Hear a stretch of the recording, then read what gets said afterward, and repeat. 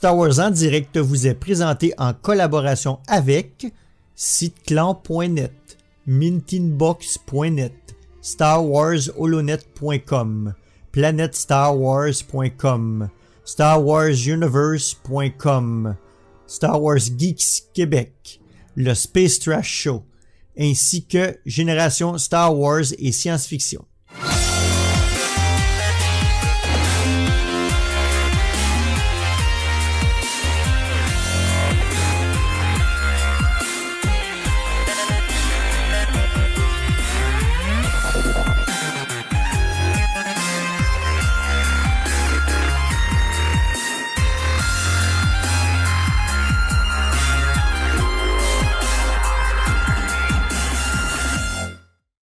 Bienvenue à Star Wars en direct, la voix du fandom Star Wars pour cette nouvelle émission Clone Wars.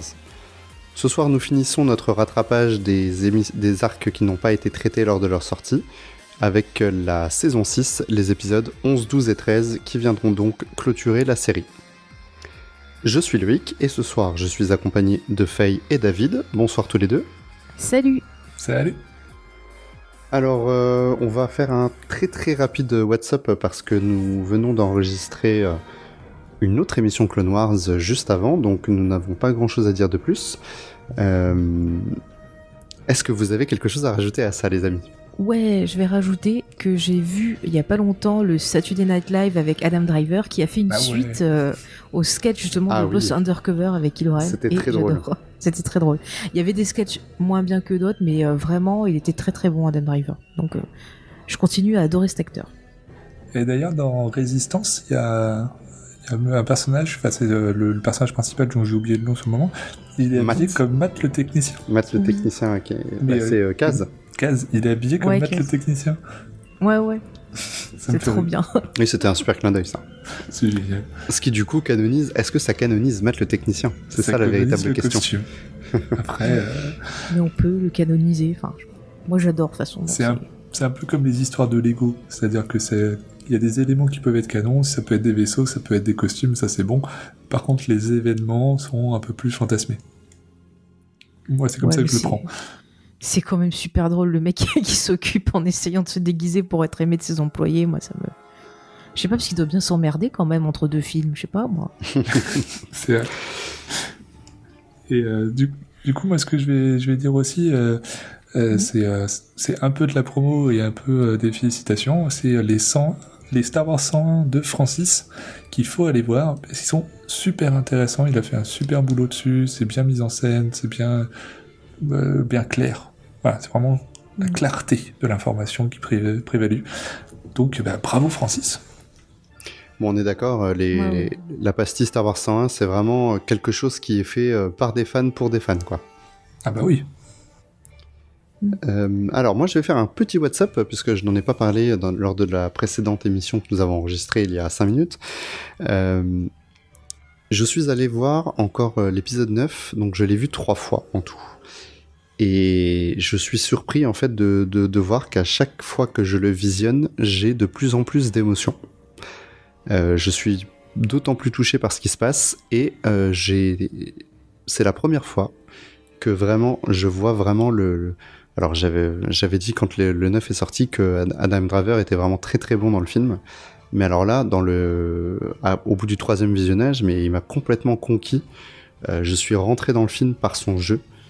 Et c'est voilà, vraiment la scène avec la scène à la fin des ruines de l'étoile de la mort, il m'a pris, mais voilà. Alors je sais pas, est-ce que j'étais plus près, est-ce que je voyais mieux, est-ce que l'écran était plus adapté pour voir son jeu d'acteur, je ne sais pas. C'est juste qu'il est formidable, c'est tout. Mais voilà, et je l'avais déjà trouvé formidable au premier visionnage, mais alors là avec le 3e visionnage, j'étais subjugué.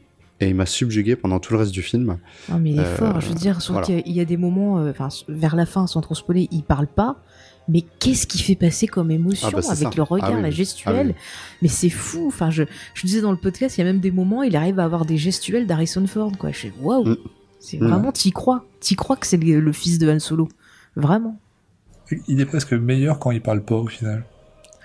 Dans un sens. J'ai tout entendu. Non, mais pas, non, je suis pas d'accord parce que dans cette sur les ruines de l'étoile de la mort, il parle beaucoup même, et mais alors, c'est vrai que tout passe dans le tout passe dans le regard. Oh, mon Dieu, mais j'étais vraiment subjugué, quoi. C'est vraiment, pourtant, je l'ai toujours trouvé correct, même plutôt bon. Mais alors là, au 3e visionnage de l'épisode 9, pour moi, il a donné tout ce qu'il avait, quoi. Non, mais il est excellent. Excellent. Moi, je vous conseille Marriage Story avec lui, qui est sur Netflix. Si vous l'avez pas vu, il est vraiment excellent. Il y a une scène... du coup, ça m'a donné envie de le voir. Regarde-le, il y a une scène de dispute, mais vraiment, voilà, il mérite sa nomination aux Oscars et je veux qu'il l'ait parce que ça m'énerve qu'il ait pas eu les Golden Globes. Donc, au moins un Oscar. Bon, il finira par en avoir un. Si c'est pas cette année, ça sera une. Ah oui, je suis persuadé qu'il en aura un, ça c'est sûr. C'est un acteur avec le potentiel d'en avoir un. Après, on verra si un jour. Parce que bon, l'Académie, des fois, on n'est pas toujours d'accord. De toute façon, maintenant, c'est n'importe quoi. Donc. Et bon. Alors, n'oubliez pas que vous pouvez nous rejoindre sur notre serveur Discord, où vous pourrez suivre nos émissions live et discuter avec l'équipe et avec les auditeurs. Un petit point sur la boutique Star Wars en direct qui a été refondée par Danny. Donc sur le site starwars.direct, onglet boutique, vous serez redirigé sur le site Redbubble où tous les jours de nouveaux produits viennent s'ajouter à la liste. Allez y faire un tour, il y a forcément quelque chose qui vous plaira. Merci à nos partenaires, siteclan.net, mintinbox.net, starwarsolonet.com, starwarsuniverse.com, planetstarwars.com, Star Wars Geeks Québec, le Space Trash Show, Génération Star Wars et science-fiction. Et voilà, nous allons enfin passer en hyperespace. Oh crap! Prepare to jump into hyperspace on my mark. All right, stand by.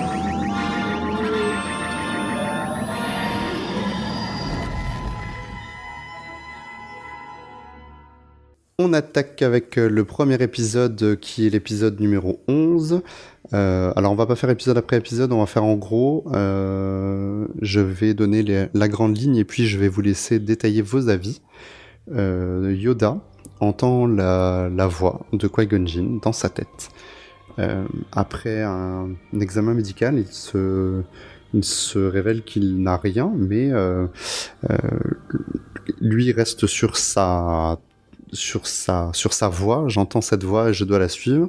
Le Conseil Jedi, lui, qui est un petit peu circonspect, veut un peu. On va pas dire qu'ils veulent interner Yoda, mais ils veulent le mettre en maison de retraite. Ouais, voilà. On va dire zinzin. Oui, c'est pépé zinzin, quoi. C'est tout. Qu'il lui faut vraiment du repos. Serait-ce un prémisse de l'épisode 5 ? Oui, il est vraiment zinzin. 5, ouais. Mais attends, mais c'est un truc de fou quand même. Le gars, c'est quand même le Jedi le plus respectueux. Il leur dit juste un truc. Oh, mais c'est qu'il est zinzin. C'est forcément le côté obscur qui l'a rendu fou. Mais oh, qu'est-ce qui se passe là ? C'est clair. Ah bon, vas-y, continue. Donc Yoda va s'échapper de l'hôpital, va se mettre en quête des voies, ce qui va l'amener donc vers un voyage à travers la galaxie pour sonder les mystères et la force au plus profond.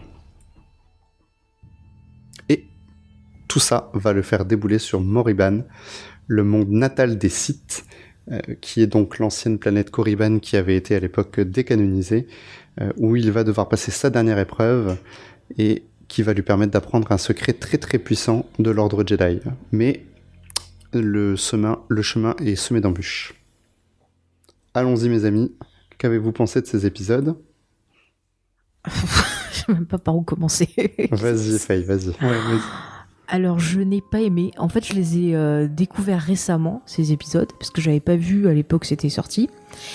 Et il y a plein de choses pas logiques, c'est-à-dire qu'il est contacté par Qui-Gon pour apprendre comment devenir un espèce de fantôme, alors que on est habitué, nous, à avoir l'impression que c'est super facile d'en devenir un. Et puis, il nous reparle encore des médicloriens. Après, on a Yoda qui fait tout un périple sur plein de planètes pour faire des épreuves que... Bah voilà, il connaît tout ça parce qu'il y réussit facilement. Ouais, super. Enfin, c'est long, c'est pas intéressant. Et puis, je sais pas, même visuellement, j'ai pas trouvé ça top. Les espèces de... Je sais pas, c'est une prêtresse, genre qui se sépare en 7 personnages. Ouais, il y a un côté un sœurs. peu... Ouais, les 5 sœurs, voilà. Il y a un côté un peu Miyazaki. Je trouve que j'ai pensé un peu de ça à Chihiro avec espèce de personnage de fantôme avec le masque, là. C'est vrai. Mais j'ai trouvé que c'était bordélique cet épisode et puis je ne comprends pas les Jedi qui de suite réagissent en disant « Ah ben forcément il est vieux, il se fait avoir par le côté obscur, oh non on l'écoute pas » alors que dans l'épisode 3 on va te dire c'est le plus sage. Et qu'est-ce qui se passe ? Enfin tu vois ça m'a vraiment déboussolé, j'ai vraiment eu du mal à accrocher, je les ai vraiment trouvés très longs ces épisodes. ça. Moi, je les trouve assez inégaux. Après, il y a des passages qui sont assez intéressants quand même. Le côté obscur de Yoda qui est personnifié, qui a un côté très Gollum. Faye, je suis surpris que tu n'as pas dit ça. Ah, mais oui, bah oui, d'accord, Gollum, il se bat contre lui-même. Ah, mais c'est Gollum, oui, ça c'est sûr. C'est bien. Qui m'a fait penser à ce genre d'histoire, on le retrouve notamment, dans Zelda 2 sur NES. Je sors de la référence, attention. Ou dans Ocarina of Time aussi. Ou dans Ocarina of Time. C'était la première apparition, c'était Zelda 2. Et souvent, ces histoires-là, elles se finissent sur le fait qu'il faut accepter son côté obscur et que, en fait, faut pas le combattre, parce qu'en lui donnant des coups d'épée, on va perdre des points de vie. Et il faut lui rentrer dedans, par exemple, pour l'accepter. Et là, pour le coup, c'est même pas ce qu'on nous sert. C'est-à-dire que Yoda, il fait non, moi, je suis du côté lumineux, je te rejette, et il disparaît.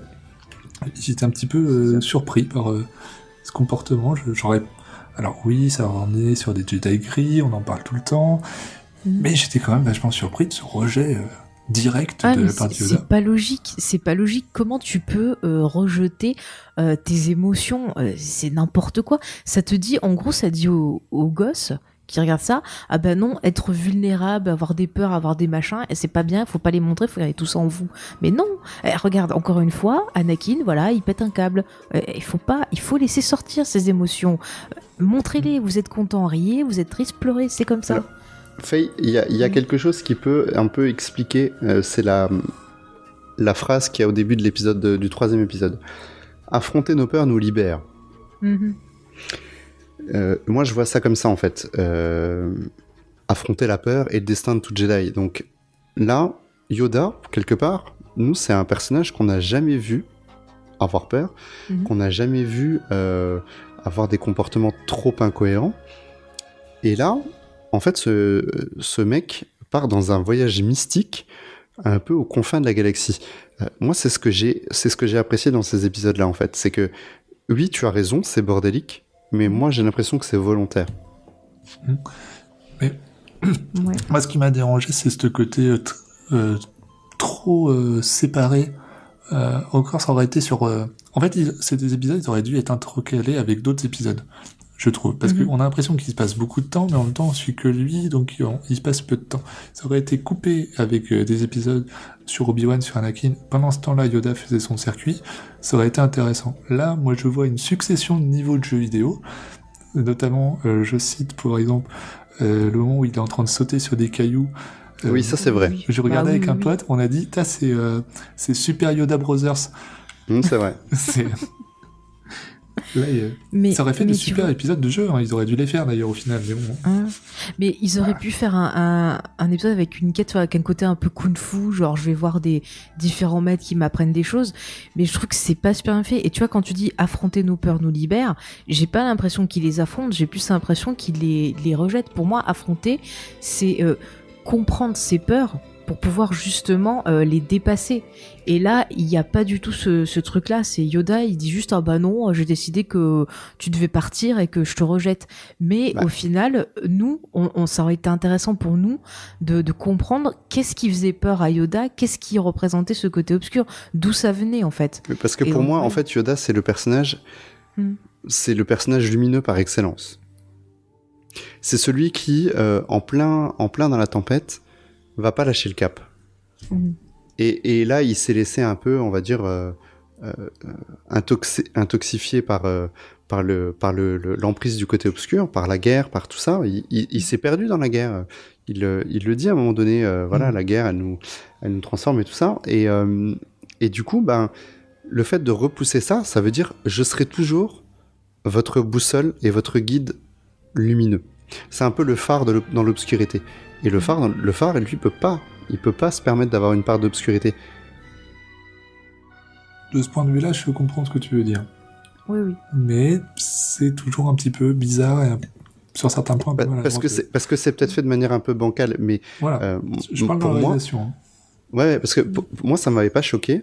Maintenant que tu le dis, effectivement, ce côté jeu vidéo, je le visualise bien aussi. Mais moi, je me souviens que j'avais été aussi emballé par ces épisodes-là que par les épisodes sur Mortis, de par l'exploration de la Force. Alors par contre, oui, ça, je suis d'accord, il y a une partie exploration de la Force qui est vachement intéressante, et des explications qu'on n'avait jamais eues, et qui valent quand même le détour. Et c'est ça qui remonte pour moi ces épisodes, ces révélations sur la force cosmique et la force vitale. Et ça, c'est quelque chose de vraiment très intéressant. Je pense qu'on en reparle. La partie sur la planète des Sith, j'ai trouvé ça plutôt intéressant. Ça, c'est la meilleure partie des 3 épisodes. C'est ce que j'ai préféré. Mais après, c'est vrai que j'ai vraiment... Puis tu vois, il y a des choses qui... Tu vois, on parlait sur l'épisode d'avant quand ça arrivait bien à faire le lien avec les films. Et là, j'ai plus de mal avec ces épisodes-là à faire des liens avec les films. Parce que par exemple, à la fin du 3, il dit à Obi-Wan, oui, tu vas être caché sur Tatooine, il faut que tu fasses des exercices pour en gros apprendre à faire comme eux, là, à faire le fantôme de la Force. Donc ça veut dire que il est allé faire aussi le même parcours que Yoda pour apprendre. Enfin, alors qu'on nous dit qu'il est sur Tatooine, tu vois. Puis pourquoi les autres ils y arrivent instantanément alors que Yoda et Qui-Gon Jinn ils en ont chié. Enfin, Qui-Gon, il n'a pas vraiment réussi à le faire. Il a réussi en partie à le faire. Ce qui, du coup, n'est pas forcément super clair non plus. Il y a des problèmes, je trouve, avec ce personnage de Qui-Gon. Par contre, il est redoublé en anglais par Liam Neeson. Ça, c'est intéressant. Et donc, du coup... à la fin, Yoda comprend un peu mieux comment on pourrait faire, il peut penser à des exercices qui pourraient les mener à ça, et donc du coup, il file le secret à Obi-Wan. Parce qu'en final, c'est le seul qui reste. Moi, je le vois comme ça aussi. Tu vois, sur le coup, ça m'a pas paru... moi, j'ai plus de problèmes avec la disparition de Luke, ou d'autres personnages dans l'épisode 9. Moi, je suis plus embêté par rapport à ces personnages-là, en me demandant d'où est-ce qu'ils ont appris ça. Je suis plus embêté d'entendre des voix de Jedi à la fin de l'épisode 9 qui n'ont pas appris à transcender leur esprit au-delà de la mort, mais qui en fait font juste partie de la force vivante ou de la force cosmique. Voilà. Pour les voix de l'épisode 9, j'y ai réfléchi, et au final, je pense que là, sur Hexagol, il y a cet énorme déchaînement de force, et donc du coup le côté force cosmique, force vitale, ça a un petit peu fusionné, et c'est pour ça que ça ouvre cette porte. Comme un Nexus. Comme un Nexus. Et ça ouvre une porte qui permet aux autres voix de se faire entendre, alors qu'on les aurait pas forcément entendues. Je pense. C'est possible. C'est une théorie fumeuse, bien entendu. Oui, c'est possible. Mais c'est vrai qu'après, on a tous ces personnages qui disparaissent, on a ces personnages dont on entend les voix qui reviennent. Est-ce que ce sont des fantômes? Est-ce que c'est juste la Force qui envoie un message? On sait pas. Toute cette histoire, en fait, dans la saga Star Wars, l'histoire des fantômes de la Force, c'est vachement flou. Parce que au début, c'est juste une voix, après c'est une apparition, après il y a une interaction. Dans l'épisode 6, je rappelle quand même qu'Obi-Wan s'assoit sur un tronc d'arbre.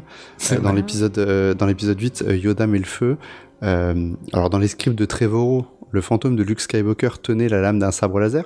Enfin, il y a toute cette idée que en fait, il n'y a pas de limite. On ne sait pas où elle est, ouais. Voilà. Ce qui était amusant d'ailleurs, dans les premiers bouquins qui sont sortis, c'était les romans sur Throne. Je parle de l'univers légende, bien entendu.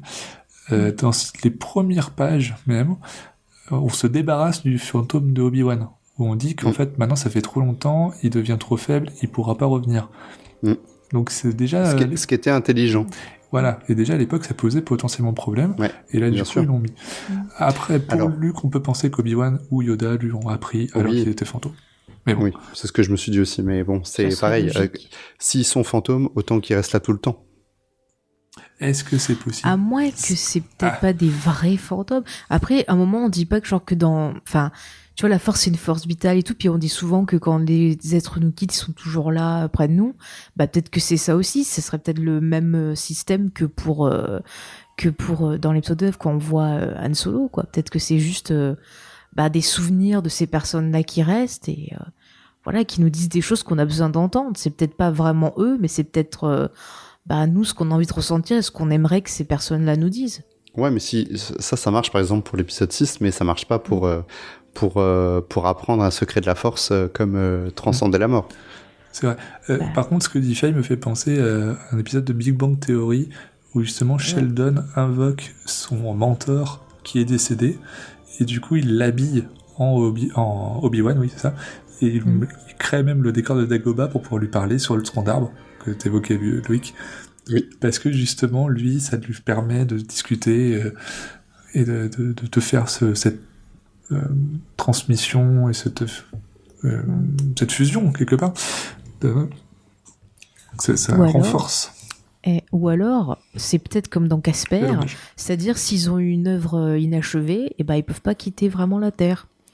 Donc ils sont là en fantôme, voilà. Ouais. Et quand ils ont réglé leurs problèmes, ils peuvent partir. Moi, je cherche des idées. Il faut rappeler Jennifer Love Hewitt. Ah, peut-être. Ah oui.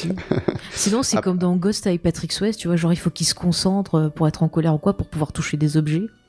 Oui, par contre, voilà, c'est intéressant, c'est que, effectivement, on part du principe qu'en fait, on n'y connaît rien déjà à la base.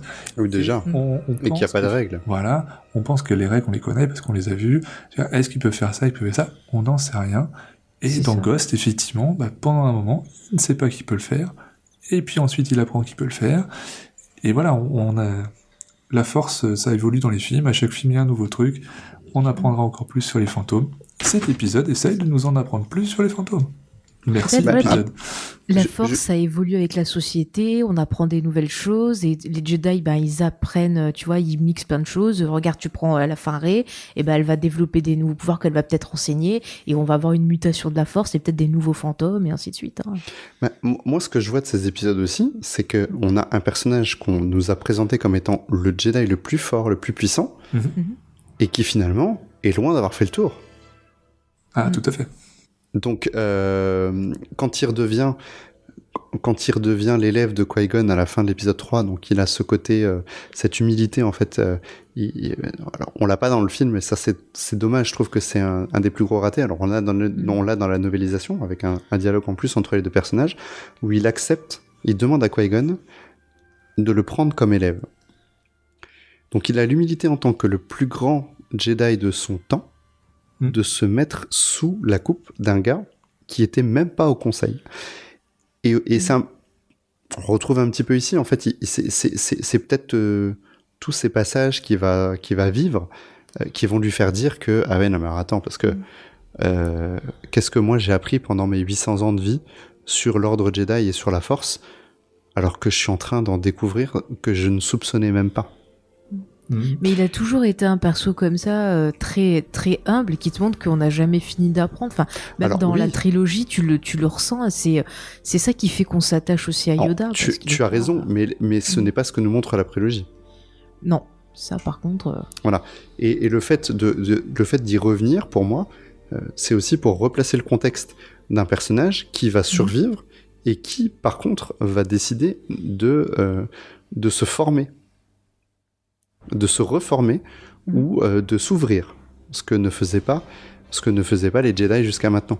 D'ailleurs, c'est un des reproches que Luke fait dans l'épisode 8 à l'ordre Jedi, c'est d'avoir été tellement pris dans leur dogmatisme qu'ils en sont tombés. Et bien, il a raison, en fait. Et c'est peut-être à ce moment-là que Yoda peut le comprendre. Ou mais commencer si tu regardes, à le comprendre. Ça rejoint un peu Ahsoka, qui pareil, tu vois, remet en question les dogmes Jedi et s'en va. Lui, quelque part, il sait qu'il faut qu'il s'adapte et donc apprendre. Oui, tout à fait, bien sûr. Et alors, je vous rejoins sur un point, c'est qu'effectivement, ces épisodes sont beaucoup moins développés ou beaucoup moins fournis que ne peuvent l'être, par exemple, les épisodes sur Ahsoka dont on a parlé dans la précédente émission. Par contre, moi, je trouve que le côté mystique est oui, c'est fouillis, mais il y a ce côté,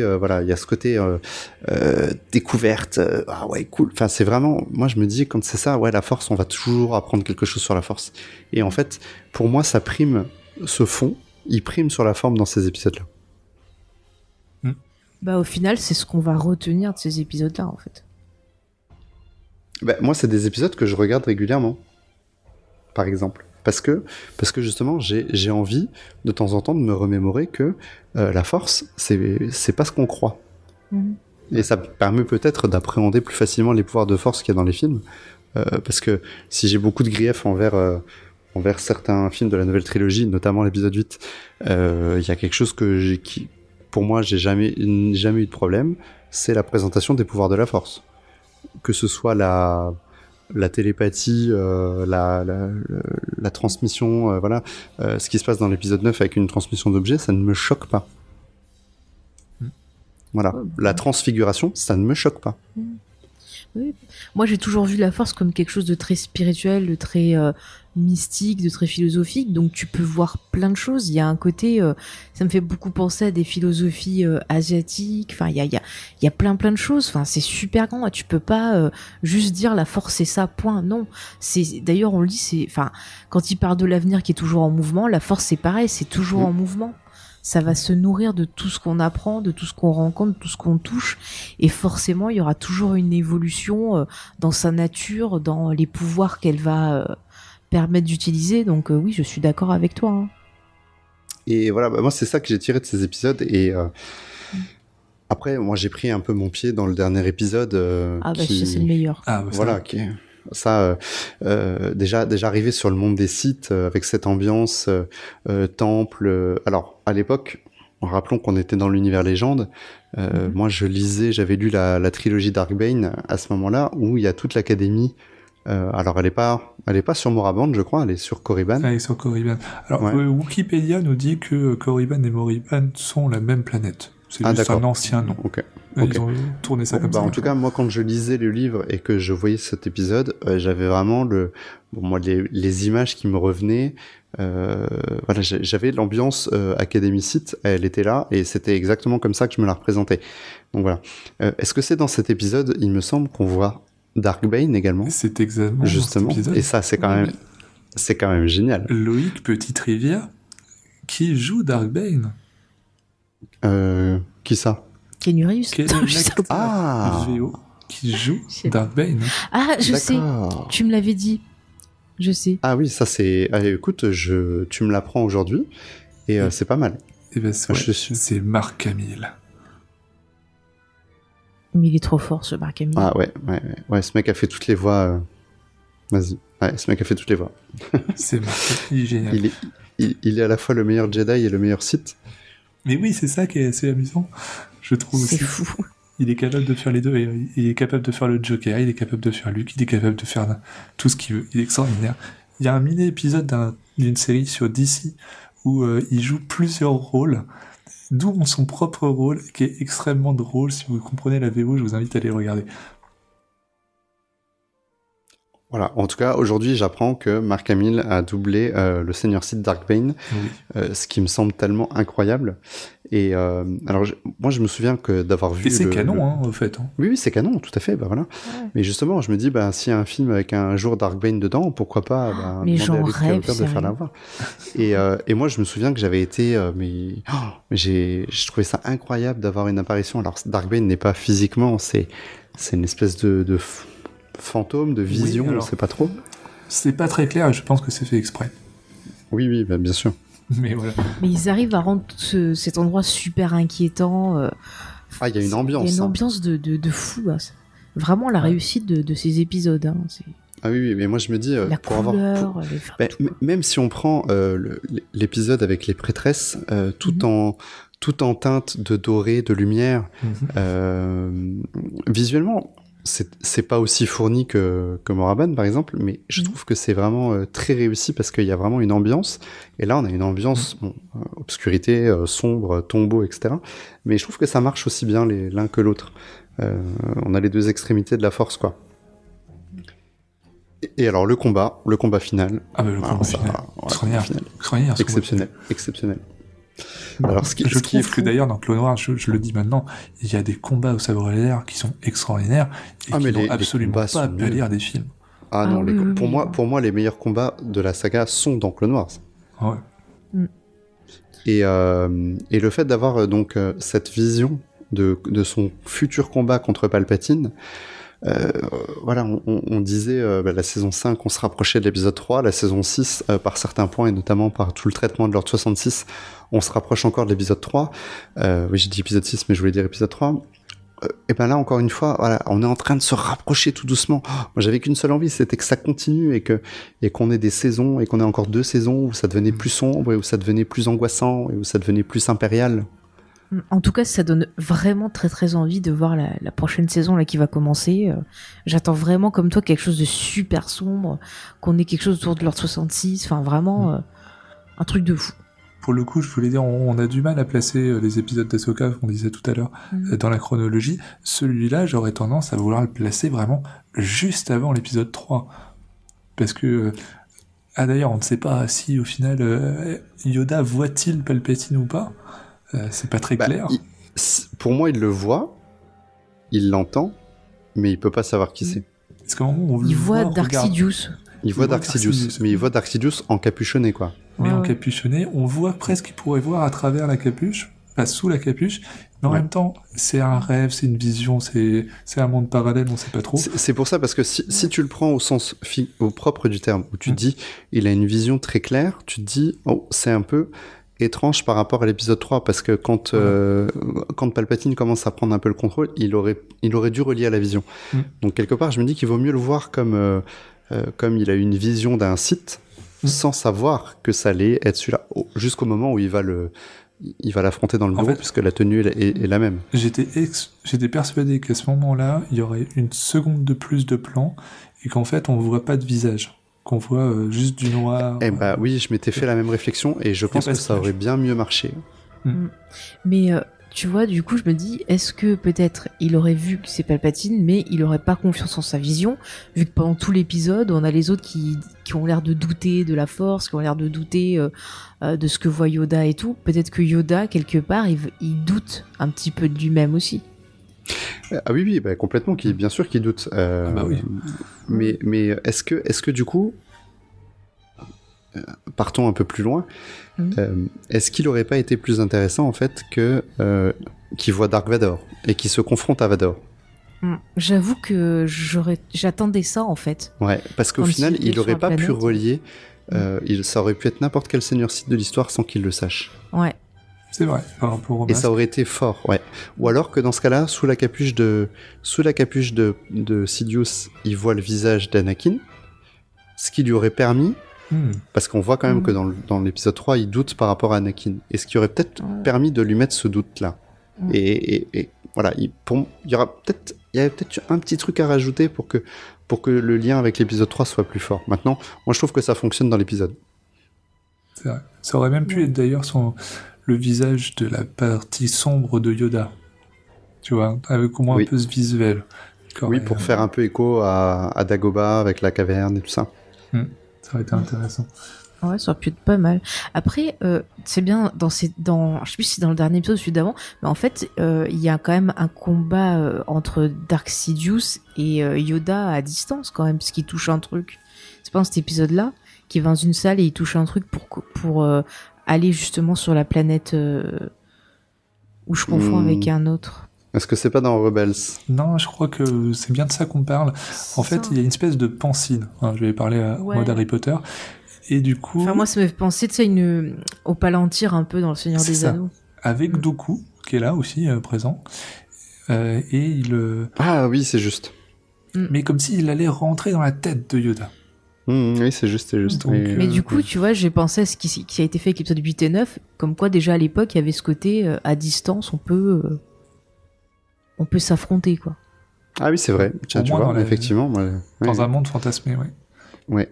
Après, on sait pas quelle est la part de fantasme et quelle est la part de... Voilà. Est-ce qu'au final, il est allongé sur le sol et il est en train de voir tout ça comme s'il avait pris du LSD? On sait pas, quoi. C'est pas. Écoute, Maître Windu te dirait qu'il a brûlé la cafetière, donc c'est que forcément, c'est dans sa tête, voilà. Moi, j'ai retenu que ça. Moi, j'aime bien ce début d'épisode du premier épisode, puisqu'on a un Yoda qui est un peu... qui est complètement à l'ouest comme il est dans l'épisode 5, et je trouve que ça fonctionne bien, parce que c'est les prémices voilà, comme dans l'épisode 2, où on nous montre le gars un peu... voilà, il est espiègle, il est un peu tortueux, voilà. Mais disons que ça montre la parano qu'on avait déjà vu avant par rapport aux autres Jedi et tout à côté, tu vois, c'est que vraiment ils se font plus du tout confiance entre eux aussi. Et puis ils ont plus de lucidité, le côté obscur a vraiment obscurci leur jugement, et là c'est presque une preuve tangible. Ouais. T'es triste pour eux parce que tu sens qu'ils vont bientôt y passer et tu peux rien faire pour les secouer, quoi. C'est triste. Je trouvais ça plutôt malin d'ailleurs de ramener Ki-Adi-Mundi pour ces épisodes, parce que sinon c'était plutôt Mace Windu qui parlait généralement, et Mace Windu il a un rôle assez particulier aussi dans Star Wars Jedi. On le sent qu'il est... Enfin, moi j'ai jamais senti très net quelque part. un petit peu oui, à la tangente. On a un peu ce côté suspicieux quand on regarde son parcours. C'est ça, alors que Ki-Adi-Mundi, on a plutôt une bonne image du Jedi classique sur lui, et c'est lui qui propose plusieurs fois c'est peut-être Dooku qui a été l'élève de Yoda, que peut-être que du coup il est manipulé pour ça. Voilà, ça représente un petit peu l'ordre et le conseil en général, cet avis de Ki-Adi. Ouais, mais tu vois, encore une fois, on voit que Palpatine, il a fait bien des dégâts chez les Jedi. Ah oui. Son travail de sap sur le long terme fonctionne. Parce que c'est pareil, voilà, on n'a pas l'étendue complète de son travail. On a des bribes à droite à gauche pendant Clone Wars, pendant les films. Mais voilà, entre qu'est-ce qui se passe, toutes les histoires qui peuvent être racontées pour nous expliquer qui crache sur un Jedi pour le faire douter de l'autre, ou ce genre de choses. Bon, on voit bien aussi qu'il est fort pour juste dire un petit mot qui va semer le doute chez quelqu'un, lui faire ressortir genre une peur ou un truc comme ça. La personne va en parler à quelqu'un d'autre et ainsi de suite. Et ça fout le bordel. Hein. C'est un bon manipulateur. Hein. Tout à fait. Ouais, alors, est-ce que vous avez quelque chose à rajouter sur ces épisodes avant qu'on leur donne une note ? Oui, moi j'ai autre chose à dire. Je voulais faire un petit point aussi sur les 5 prêtresses, ces êtres immortels très Miyazaki dans l'idée. Je trouve que c'est un concept qui est assez intéressant, notamment aussi dans leur visage, qui me fait penser effectivement à toute une inspiration japonaise de théâtre avec des expressions figées. Je voudrais revenir sur un peu leurs noms. Donc il y en a en anglais Serenity, Anger, Confusion, Joy et Sadness, sachant que c'est Serenity la leader. Et je trouve que c'est assez intéressant de personnifier un petit peu tous ces états qu'on peut avoir et qui m'ont fait un peu penser, ça marche un peu en parallèle, aux 5 étapes d'acceptation de la mort. J'allais te le dire. Voilà, on est d'accord. Voilà, qui sont plutôt déni, colère, négociation, dépression, acceptation. Il y a un parallèle, c'est pas du 1 pour 1, mais ça y fait penser quand même. D'autant plus que ces 3 épisodes ont une thématique quand même autour de la mort. Ah bah oui. Voilà, et la mort n'est que le commencement, ça reste aussi la phrase du 2e épisode. C'est aussi la phrase de la momie dans les films de la momie avec comment il s'appelle avec Brendan Fraser, voilà. De là à imaginer que Yoda a influé sur la momie. Peut-être. Bah après les masques, il y a un côté aussi très tu parlais du théâtre japonais, mais c'est vrai que c'est très théâtral. Quand tu prends des leçons d'acteurs, t'as souvent cette histoire de masques. Même tu vois dans le théâtre italien aussi, t'as souvent l'utilisation de masques aussi. Donc il y a ce côté tu vois, ça rappelle aussi avec le côté genre tu joues un rôle et tu caches tes émotions en toi, tu vois. Et là, tu touches du doigt ce que j'aime chez Filoni, en fait. C'est à quel point il est capable d'aller dans le sens de ce que Lucas voulait faire, mais en développant quelque chose de nouveau, quoi. Parce que voilà, la philosophie japonisante, Lucas s'en est aussi beaucoup inspiré, et lui arrive à développer de nouvelles thématiques autour de ça, tout en s'inscrivant dans les thématiques qui sont déjà développées. Et moi, j'ai pas retrouvé quelqu'un qui sache le faire comme Filoni pour l'instant. Voilà, j'apprécie le travail de plein de gens, de Tony Gilroy, Gareth Edwards, mais il y a que lui. Enfin, pour moi, il y a que lui qui arrive qui a capté l'essence de Star Wars au même point que Lucas, à mon sens. Ouais, moi j'apprécie beaucoup son écriture, mais il y a un souci, c'est qu'il est lent à démarrer. À chaque fois qu'il fait une première saison d'une série, c'est dur pour lancer la machine. Et qu'à voir avec Mandalorian, là, moi j'ai eu... j'étais un peu déçu, c'était un peu vide, alors qu'il nous habitue à faire des... Tu vois, on l'a vu là sur Clone Wars, à faire des trucs de fou. Donc j'espère que la saison 2, là, il va appuyer sur la pédale, comme on dit. Mais je tiens juste à dire, Filoni et les auteurs qui sont derrière, parce que là, moi, je suis en train de regarder. Ah bah bien sûr. Attends, c'est marqué que c'est Christian Taylor qui a été writer principal sur ces épisodes. Mais effectivement, Filoni, en tant que storyteller, oui, ou showrunner. Le showrunner, c'était showrunner le mot que je cherchais, permet d'amener ces thématiques régulièrement, et c'est plutôt bien vu. Moi, je le vois vraiment comme comme un Lucas. C'est-à-dire que ce mec qui va arriver en disant bon bah voilà, vous avez des idées d'épisodes, etc. Oui, alors moi j'en ai un sur une thématique autour de la force, machin, ok. Présente-moi ton pitch, et puis voilà. Alors telle idée je dis oui, telle idée je dis non, tanana. Et après dans une discussion, il va pouvoir amener des éléments, d'approfondir, mettre sur d'autres pistes, faire un lien avec d'autres choses qui ont été développées à droite ou à gauche. Et pour moi, c'est ça en fait qui fonctionne chez Filoni, c'est c'est un bon liant. Bah, c'est de la maïzena. C'est ce que tu décris, c'est le travail d'un showrunner. C'est ça. Et je trouve que lui arrive à le faire comme personne d'autre sur la saga Star Wars. Ouais. Et puis, il y a un autre aspect qu'on n'a pas du tout parlé dans cet épisode, au final, c'était la création des clones et Sifo Dyas. C'était quand même intéressant de nous placer quelques infos. Il y a donc les premiers épisodes de cette saison 6, donc, qui tournent autour d'un complot, d'un complot d'assassinat des Jedi. Donc ils sont 3, c'est les 4 premiers épisodes. Et puis, concernant Sifo Dyas, c'est l'épisode qui est juste avant ces épisodes 6, c'est l'épisode numéro 10, où on va en apprendre un peu plus sur Sifo Dyas. Ils font toute une enquête, ils vont revoir justement le chancelier Valorum. Moi, j'adore cet épisode, je le trouve génial aussi. Ouais, les histoires avec des familles criminelles, enfin, c'est super intéressant, tout cet aspect politique complot, là, j'aime bien quand ils développent ça, franchement. En plus, on a une apparition de Sifo Dyas, c'est un personnage qu'on n'avait jamais vu. Et on le voit dans le temple de Korriban, parce que moi je dirais Korriban jusqu'au bout. Et il a les yeux rouges, il est complètement tourmenté. Il est citifié. Il est citifié par la torture et tout. Ce qui du coup me fait penser aussi aux inquisiteurs, qui ils auraient pu devenir ça. Enfin, certains ont certainement vécu un périple aussi terrible que lui. Ouais, même si je ne pense pas que ce soit Sifo Dyas au final. Je ne sais plus si c'est vraiment dit dans l'épisode. Je crois que c'est pour moi, c'est Palpatine. Pour moi, c'est pas Sifo. Enfin, pour moi, à mon sens, c'est pas Sifo Dyas. Pour moi, Sifo Dyas, il est mort. Moi, j'ai toujours vu ce personnage comme une vision. Et je crois qu'en fait, c'est ce que j'en ai compris. Je me rappelle plus exactement, mais qu'en fait, justement, ça c'est Palpatine qui prend l'apparence de Sifo Dyas pour essayer de tester un peu Yoda. Un peu. Après, ça pourrait être intéressant, effectivement, que Sifo Dyas n'ait pas juste été assassiné comme ça, mais qu'il ait été avant torturé sur Moraban, par exemple. Ça aurait été intéressant. C'est ça. Il y a Sifo Dyas, on le retrouve dans le assez excellent, moi j'ai beaucoup aimé, Dooku Jedi Lost, un audiobook audiodrama qui va sortir en livre en VO, qui est sorti. Qui est sorti. Donc il sortira peut-être en VF, du coup. Peut-être. Je n'ai pas d'infos là-dessus. Mais qui est assez intéressant par rapport à ces éléments sur Sifo Dyas, je trouve. Notamment. Alors, je me rappelle plus à quel moment il intervient dans le bouquin. Tu me diras au pire. Plusieurs fois, parce qu'en fait, justement, on apprend qu'il a... Enfin, on le savait plus ou moins, mais il a eu des visions de ce qui allait se passer. Et donc, du coup, Dooku...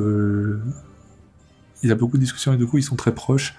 Et ils en arrivent à penser qu'il faut peut-être se prendre en compte ces prophéties et les visions de Sifo Dyas. Et donc on comprend que plus tard, il a dû encore travailler dessus, et que du coup, il a dit, en fait, il faut qu'on fasse quelque chose, il faut créer une armée pour la République. Elle ne le sait pas encore qu'elle en a besoin. Ah, c'est intéressant, mais il faut le faire. Oui, ça y est, je vois, ouais. Mais ils le sous-entendent un peu justement dans l'épisode de la saison 6, à un moment que justement il avait tanné le conseil et tout en parlant de ses visions et tout, et que le conseil, ils avaient pas voulu en tenir compte.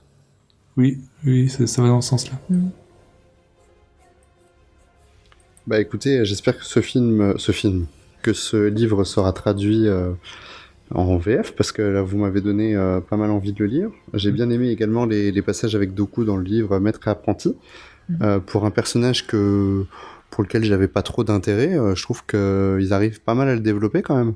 Bah tu verras dans le bouquin, c'est pas mal, on apprend des petits trucs sur Dooku et non, c'est intéressant. Ouais, ça me botte bien là. Ouais, et notez que c'est un audiodrama à la base, donc il y a plusieurs acteurs qui jouent comme une pièce de théâtre, donc c'est vachement intéressant. Ouais. Pour ceux qui veulent le tester en VO. Ouais, en VO, parce qu'en VF, on ne l'aura pas. Non, pas sous ce format-là, c'est évident. Est-ce que, David, tu veux encore ajouter quelque chose ? Non, je crois que là, j'ai fait le tour. Alors, est-ce que tu peux nous donner ta note pour ces épisodes ?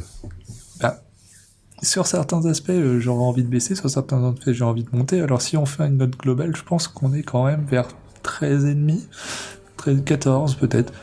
Parce que les aspects, effectivement, qu'on a parlé sur les prêtresses, je trouve ça vachement intéressant. Quand on va sur la planète des sites, c'est vachement intéressant. On a tous ces aspects lumineux et sombres à la fois. Après, la narration, elle est un peu poussive, il y a un aspect très jeu vidéo, mais ça donne une fin qui est plutôt intéressante, parce que là, du coup, c'était la fin encore. Ah, c'était, oui, la vraie fin, la vraie deuxième fin. Avant la prochaine fin, on arrivera après. Ça... Faire des liens avec les fantômes, donner quelques explications, je trouvais ça intéressant parce que dans les films, ça manque un petit peu aussi. Donc voilà. Du coup, je suis un peu mitigé. J'ai plutôt apprécié. Je trouve qu'ils sont intéressants à regarder. Je le conseille à tout le monde. Et bon, il y a une certaine lourdeur qui me dérange un peu. Faye. Ah bah écoute, j'avais envie de mettre un peu moins, mais comme j'ai bien aimé notre discussion, je vais lui mettre un 12 pour la discussion. Oula, oui. Pour le dernier épisode surtout, et puis pour quelques petits points, mais sinon j'ai trouvé ça trop bordélique, il y a des longueurs, des problèmes d'écriture, et puis comme l'a bien dit David, le côté niveau de jeu vidéo, c'est vraiment c'est poussif, quoi. On n'a pas l'intensité des épisodes de la fin précédente, si tu veux, avec Ahsoka, et moi j'aurais voulu un truc plus fort. Quant à moi, c'est cette fois-ci moi qui vais mettre la meilleure note avec un 15 sur 20. Parce que j'ai vraiment été happé aussi par le côté mystique de la Force et par le fait que ce soit Yoda le personnage principal quand j'ai vu ces épisodes pour la première fois. Que le dernier épisode vraiment relève effectivement l'arche narrative, que c'est une belle conclusion aussi, je trouve, une belle seconde conclusion. Et ce sont des épisodes que je regarde régulièrement. Voilà. Alors pas forcément en entier, pas forcément toutes les épreuves, mais voilà, des passages régulièrement, ça fait partie. Ceux-là, Ahsoka, Krell, l'épisode 16 de la saison 5 avec le combat de Dark Sidious contre Dark Maul, ce sont des épisodes que je regarde régulièrement. Il y a aussi les Bleus, l'épisode 5 de la saison 1, ou l'épisode qui se passe avec Yoda quand il est avec les clones sur la planète des... comment il s'appelle ? Dans la saison 1, je crois que c'est le premier épisode. Sur Toedaria, voilà. C'est vraiment des épisodes qui ont réussi à monter Star Wars d'un niveau, voire de plusieurs niveaux, dans la grille de lecture. Et ça, pour l'instant, les films ne me l'ont pas encore redonné, donc ça reste le haut du panier pour moi. Alors, messieurs, dames, avant que nous concluions, je voudrais que nous fassions un petit point sur la saison 7, parce que voilà, nos auditeurs le savent, tous ces épisodes de rattrapage étaient destinés à pouvoir entamer les reviews de la saison 7. La saison 7, elle est prévue pour dans moins d'un mois. Nous avons eu cette semaine une nouvelle bande-annonce, et je voudrais savoir un petit peu vos attentes. J'aimerais que nos auditeurs puissent nous entendre après avoir débriefé tous ces épisodes sur le futur de Clone Wars. Donc on rappelle qu'il y a 3 arcs de 4 épisodes qui se dessinent visiblement. Donc un qui sera consacré à un escouade de clones, le Bad Batch je crois, ou quelque chose comme ça. Oui. C'est ça, avec des clones un peu spécialisés qui font penser un peu à l'équipe de Krell dans la trilogie originale. Il y a un arc qu'à la base c'était aussi des clones qui auraient été potentiellement un peu à la marge, voire un peu ratés. Et du coup, ils forment un commando spécial. Voilà. Il y a ça, il y aura 4 épisodes qui seront consacrés au siège de Mandalore. Et 4 épisodes qui seront consacrés, j'ai un trou. Ah zut, je ne sais plus. C'est pas grave. Donc voilà, est-ce que vous pouvez nous donner un peu vos attentes ? Ouais. Moi j'attends d'avoir quelque chose de très très fort en écriture, avec vraiment beaucoup d'émotions fortes, beaucoup d'aspects dramatiques pour vraiment montrer qu'on se rapproche de l'épisode 3. J'aimerais bien, tu vois, tu parlais de siège de Mandalore, j'aimerais bien qu'on ait peut-être des liens avec Mandalorian, que ça pose un peu un historique.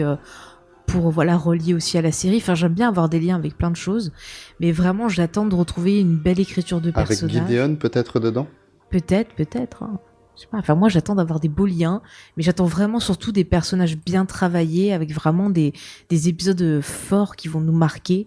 Parce que si c'est la dernière saison, faut y aller à fond.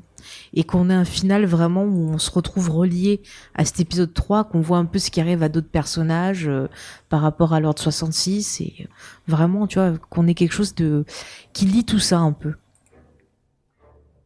Oui, mais c'est un peu la même chose que je veux voir ces nouveaux épisodes avec Ahsoka, avec Maul. Ça m'intéresse énormément. Si on peut faire des liens avec et Solo, et le Mandalorian, et l'épisode 3, et l'épisode... Enfin, tous les autres épisodes, en fait. Et Rebels, voilà. C'est ce que j'aurais oublié de citer. Ouais, ça me botte bien. Ils ont l'occasion, profitez de l'occasion,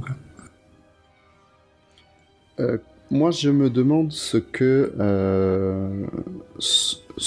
qui sera coupé, en fait, de la saison qui aurait dû être, entre guillemets, prévu.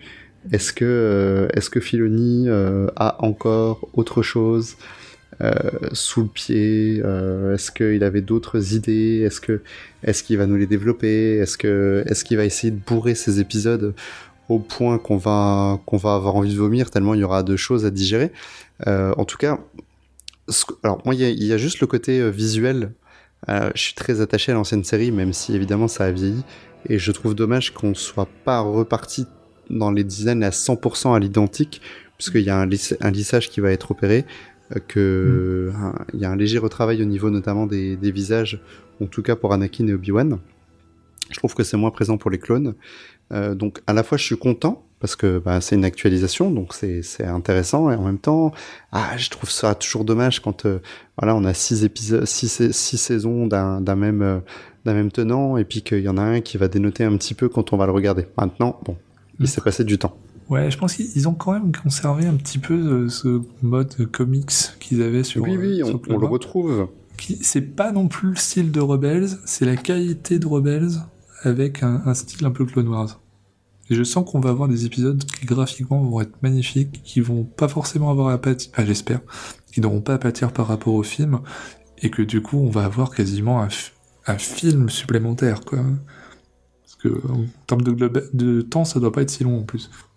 Le fait... Ah oui, voilà, donc j'ai retrouvé la troisième arche narrative, donc ce sera un arc consacré à Ahsoka sur Coruscant, donc c'est certainement ce qui va l'amener à rejoindre le siège de Mandalore.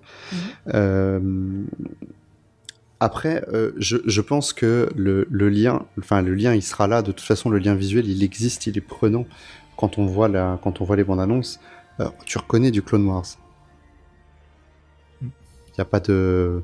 Ça dénote sans dénoter, les personnages sont les mêmes, ils sont juste un peu plus fins, l'animation, effectivement, ils ont conservé ce style cartoonesque et on est dedans, il n'y a pas de souci, quoi. Ah, mais les trailers, je les ai trouvés plutôt beaux, hein, franchement. Ah oui, ils sont magnifiques. Les plans où on a Dark Maul contre Ahsoka, moi j'ai vraiment très envie de voir ça, parce que là il y a moyen de nous faire un combat épique, comme on vient de le dire, il y en avait beaucoup dans Clone Wars. Moi j'attends un combat au sabre laser épique, et j'attends qu'on nous relie un peu l'histoire d'Ahsoka, de Rex aussi, parce qu'on n'en a pas parlé. C'est vraiment l'occasion de nous montrer l'autre côté de l'Ordre 66, avec tous les personnages qu'on a suivis dans Clone Wars, qu'on ne voyait pas dans les films, et c'était normal, c'était pas le bon média, et là du coup profitez-en, montrez-nous plein de trucs. Ouais, c'est clair, allez-y à fond.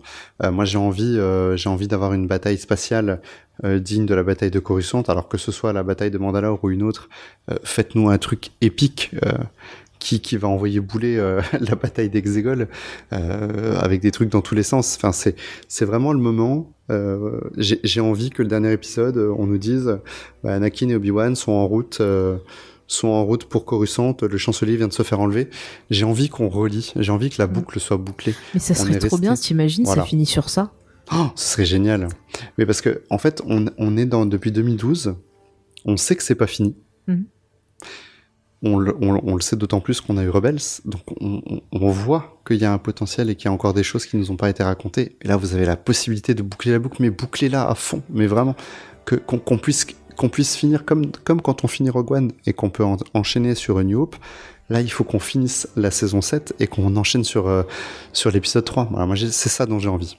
Ah oui, ça serait cool, c'est vrai. Et pour revenir sur l'avant-épisode 3, je reviens à nouveau sur cette série Clone Wars en dessin animé qui offrait une possibilité de lien avec le début de l'épisode 3 qui était quand même vachement intéressant. Ah oui.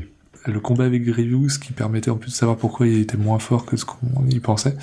Ah, mais il y avait de super combats aussi, l'animation, elle est excellente. Voilà. Donc, je sais pas si on peut refaire ce passage-là, ou refaire des choses un petit peu similaires, mais de cette qualité je t'avoue que effectivement, je m'y suis mis à le penser aussi. Maintenant, ça ferait... Enfin, pour nous, c'est clair que le dessin animé Clone Wars n'est pas canon, mais à mon avis, ça l'est pas pour tout le monde. Revoyez les capsules de 101 de Francis. Mais quelque part, ça serait le moyen de dire, ouais, voilà, on a bouclé la boucle, on a commencé avec ça. Enfin, on finissait en commençant avec ça. Et puis là, on vous remet un peu le fait que le Palpatine soit enlevé. Mais en même temps, est-ce qu'on a vraiment le temps dans ces 3 arches narratives de le faire ? Est-ce que ça veut dire que, par exemple, je sais pas, admettons que ce soit le siège de Mandalore qui ait conclu la série, est-ce qu'on a le temps de voir ça et en même temps de voir Anakin et Obi-Wan partir vers Coruscant ou de voir le chancelier enlevé ? Ouais, je pense qu'une mention, ça serait une mention en communication, ça serait déjà bien. Tu vois, genre à la fin, ils sont contents, c'est bon, c'est fini le truc de Mandalore. Et puis on dit, non, vite, allez, vous êtes rappelés sur Coruscant, dépêchez-vous, on a besoin de vous. Alors, le chancelier vient d'être enlevé. Pour moi, je vais même te dire, je suis persuadé que le siège de Mandalore, c'est pendant l'épisode 3. Parce que j'ai lu le roman Ahsoka déjà, ce qui n'est, je crois pas ton cas, Loïc. Bah non. Et donc du coup, pour moi, ça va se passer pendant l'épisode 3. C'est le side story Ahsoka qu'on va avoir. Voilà, donc ça voudrait dire qu'Ahsoka se trouve coupée d'Anakin et d'Obi-Wan qu'on pourrait peut-être suivre en parallèle sur les premières heures ou sur la bataille de Coruscant. Mais t'imagines, pendant qu'elle est à Mandalore, elle va apprendre ce qui se passe, les Jedi sont tombés... ça serait génial. Après, c'est vrai que dans la bande-annonce, on a un plan où elle se tient la tête. Est-ce qu'elle ressent ?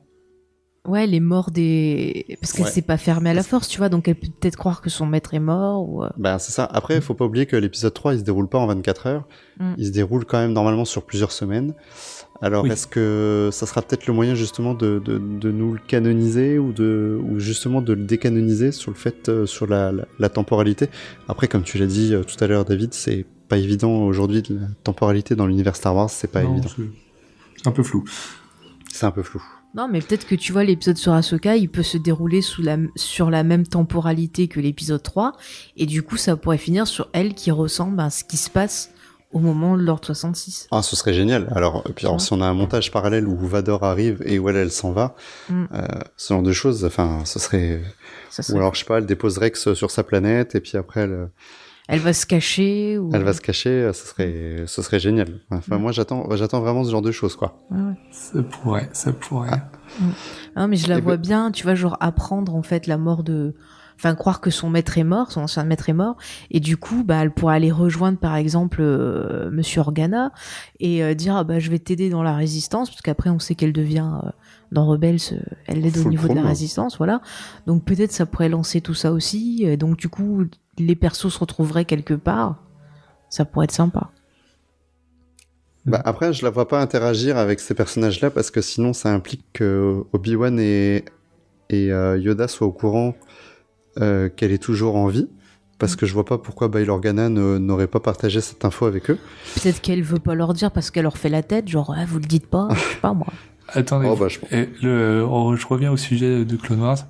Il y a une phrase dans cet épisode qui m'a dérangé, il faut que vous me disiez ce que vous en pensez.